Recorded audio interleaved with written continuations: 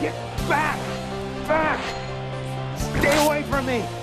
On this episode of China Uncensored, government shutdown, the debt ceiling, China, and the apocalypse! Hi, welcome to China Uncensored. I'm your host, Chris Chappell.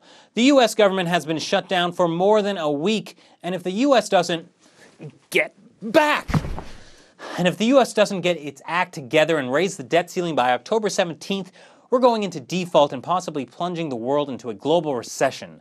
That will be particularly bad for China. China currently holds about $1.3 trillion of U.S. debt.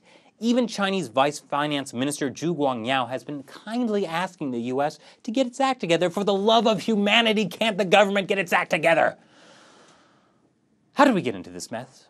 Well, U.S. debt has always been a relatively safe investment because the U.S. has always paid its bills.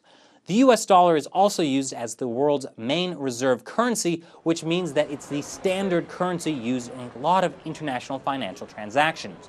So of course the U.S. seemed like a good investment to China, to everyone really. But then a few Republicans in the House of Representatives decided to hold the whole world hostage with economic terrorism and are threatening to let the U.S. default on its debt, a first in history. Basically, if Congress doesn't raise the debt ceiling by October 17th, then at some point soon the U.S. will run out of cash.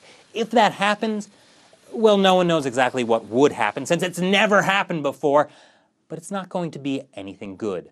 Let's give the wheel a spin, shall we?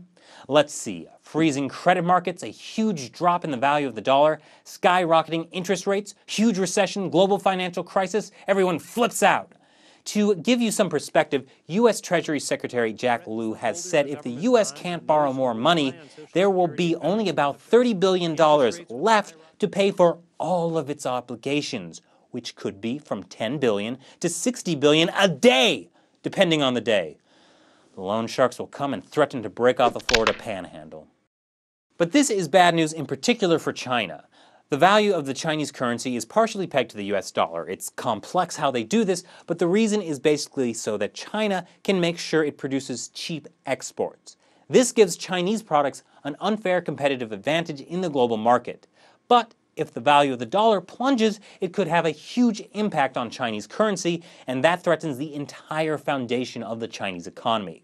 Now imagine China, where the regime's legitimacy is based largely on economic promises, as in, we'll let you get rich if you don't criticize us. Now, imagine that suddenly China's currency is unstable. Countries buy fewer Chinese exports, Chinese people start losing their jobs, and, well, people no longer believe that the regime can help them get rich. That could be a recipe for, I don't know, a lot of angry people storming the castle. Now, it's pretty clear why Chinese officials are so concerned about the U.S. debt ceiling, right? But I guess we won't know for sure what will happen until October 17th. Until then, it's every man for himself. Here I am, you bastards, come get me!